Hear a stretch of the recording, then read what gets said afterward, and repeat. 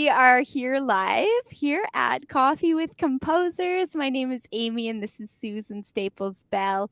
And we'll hang out. We're just chatting creativity and composition today alongside resources that will really help you as music educators connect with students and lower your frazzle at this time of year. We've actually got 4 visitors here already, so we're thrilled to have you. So, Susan, what were you doing this morning? You said you were hanging out with some other teachers? Yeah, we had our local San Antonio MTNA teacher meeting, and we had a guest speaker, and we had some other sharing of ideas. And I was very thankful to be able to share this concept with the group. I have my cat's meowing in case. Oh, that's okay. We love it. Because I'm talking too loud. But yeah, it was great to get up and share this new resource with the group and kind of say, hey, this is something that would make your lessons fun, but it's easy for you. And so I just got to introduce it a little bit. Awesome. So for you listening here already, which is fabulous, we didn't know if we'd have any right away live or if people can watch on the replay. So be sure to say hello in the comments. I see we have some. Oh, hello. Nice to see you here. I need to learn how to say your name, but welcome. We're glad you're here. Is it Biana? Biana. Well, I'll have to message you and say, how do you pronounce it? But welcome. So today we're focused on how to boost piano enthusiasm in your piano studios through interactive ensembles. Good to have you here, Andrea. It's lovely to see you as well. And have you used I'm just going to ask our listeners here, have you used ensembles in your studios already, or is this a concept that's new to you? So feel free to keep saying hello in the comments and let us know if you've seen that. And Susan, you might be able to see comments too on your side if you click comments, but no worries if you can't. So. Okay. Oh, there we are. Oh, Biljana. Yeah. So she's a wonderful composer too.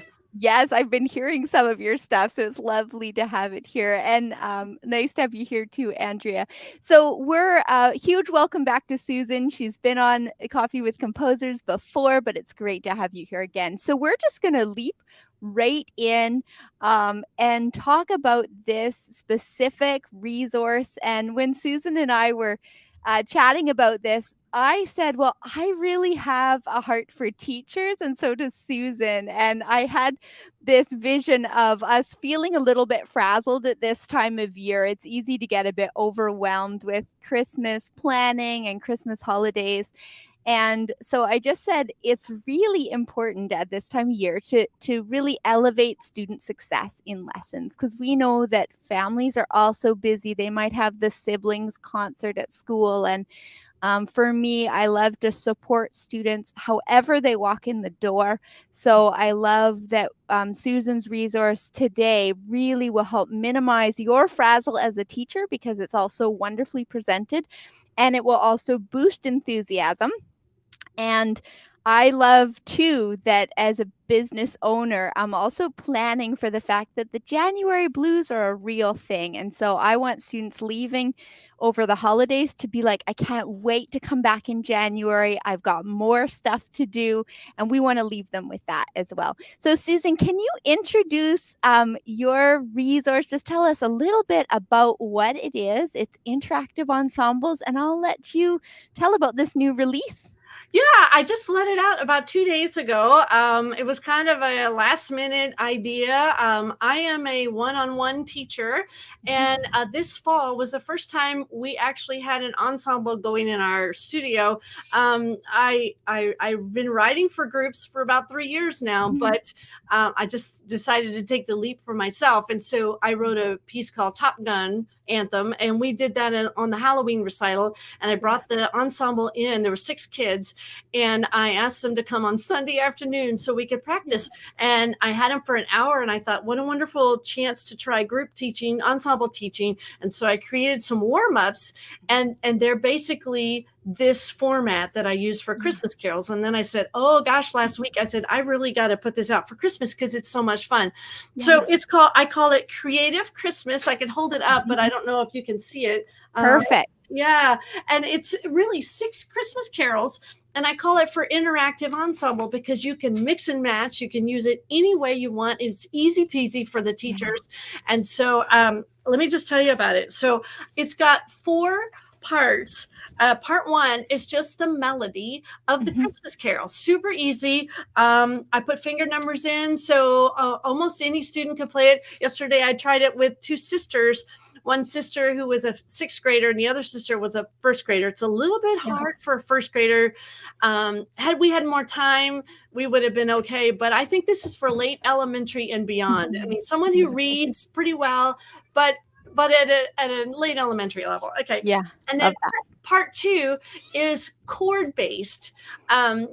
Just what are the chords, like a lead sheet? What chords go with that melody? And I write it out for you, but I give you the chord symbols so we can learn all of that at the same time.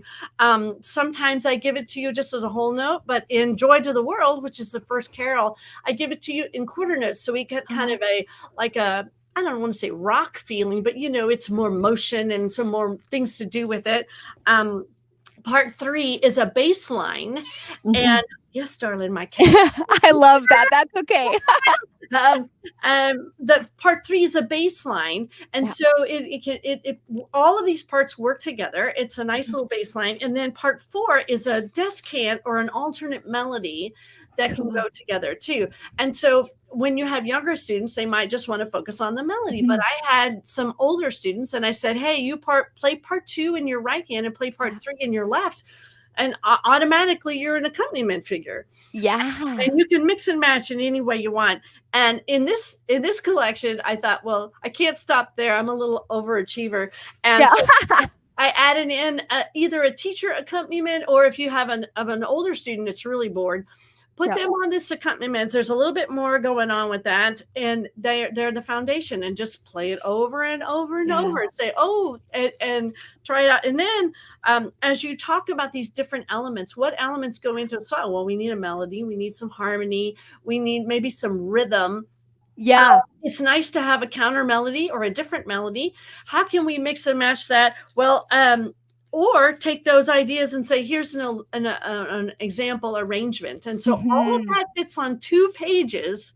Fantastic. Every carol has 2 pages, and it's in the same format. And so, and there's free backing tracks to go with it. And the backing tracks are a little bit different. They're not just commercial sounding.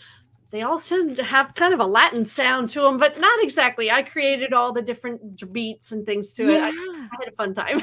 They were fantastic. And I'm going to experiment and see if I can actually play it here. Just a quick sample. Yeah. Can you guys hear that?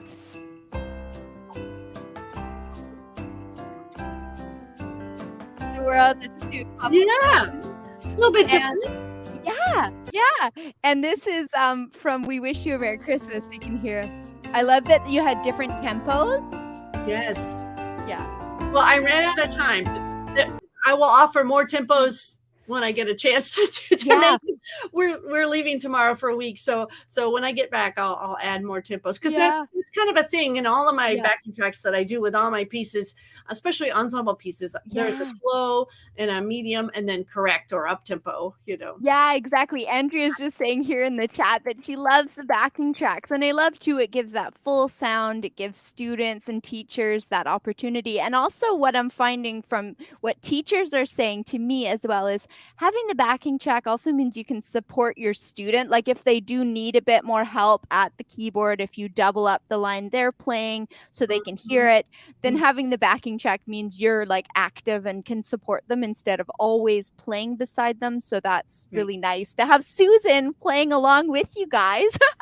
Well, and you can send it home for practice time, or if you're teaching only one student at a time, you can turn on the backing track, and the teacher and the student can play the various parts. Yeah. Now, what Andrea's saying in the comments, which is really cool, is you can take tracks into audio stretch and adjust the speed. So that's not something I've done before. So we'll have to look into that. That's really cool. And do you find, Andrea, that it affects pitch at all, or is there kind of a window there that you can stretch? So that's really insightful. So I love that we're learning from each other here, and that's kind of the point of like gathering live, is that we can interact. So it really is such an honor for Susan and I to get to hang out with each of you who've shown up today. That's really special.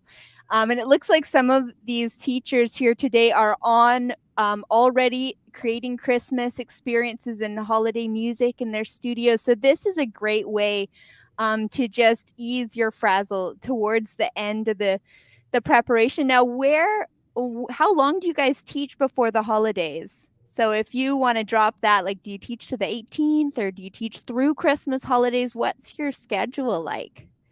I love that ponder. Hey, that's like, yeah, what's that looking like in your studios? Yeah, in my studio, we have our December 10th is when we're playing at the mall, which is I love too because Mhm. it's a community outreach, and we're not just going to play our Christmas songs, but we're going to maybe do some sing along too. I think would be fun Nice. to add in there because for community feeling right there. Yeah. Then I teach one more week, and then we take a break. Okay, neat. Yeah, like Yeah, and Andrea's the 18th. That's for me too. I actually just teach the 17th because I take Fridays off so I can do fun things like this. yeah. Oh, I love that. So the other thing I was thinking of, I just have the slideshow on here, and Susan touched on that this resource is for late elementary students and beyond. And one thing that I love about your resources, Susan, that I always find is that you're really, really wonderful at creating resources that have so many endless opportunities to expand on. So I, as an educator, really love that because I feel the frazzle. I've got young children, and it's so nice to have a resource that you've really thought of everything. So I really appreciate that. I have Susan's Old Time Rock and Roll Ensemble, and I have your Eye of the Tiger Ensemble. And I love that those two are like really great for expanding outward. And then I thought you kind of touched on it, but this can be just for a student and teacher, so that's versatile, but it sounds like more can join the fun as well. So that's great.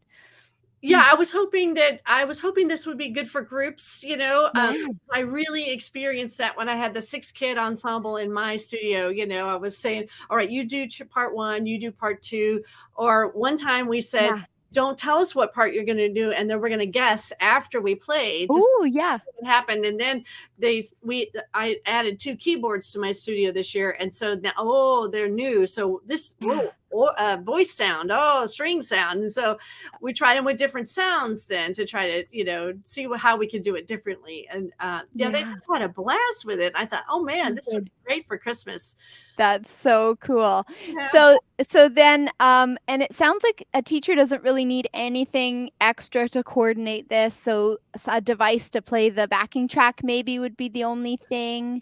You can Yeah. even play it on your phone, I guess. Perfect. Yeah. I put the backing tracks in a Google Drive folder, Mhm. so they get the link is up on when they see it on my website, Yeah. and they can just grab the Google link and then just download it wherever they need it to be. Yeah. When I had the ensemble and I played backing tracks, I had it on my iPad, and I Yeah. plugged my iPad into an amp so that it was really nice and loud. And then all the keyboards were coming through the amp as well. This is for their Halloween recital. And Yeah. so we used backing tracks and 3 keyboards, and that worked really well. Everybody could hear it just fine.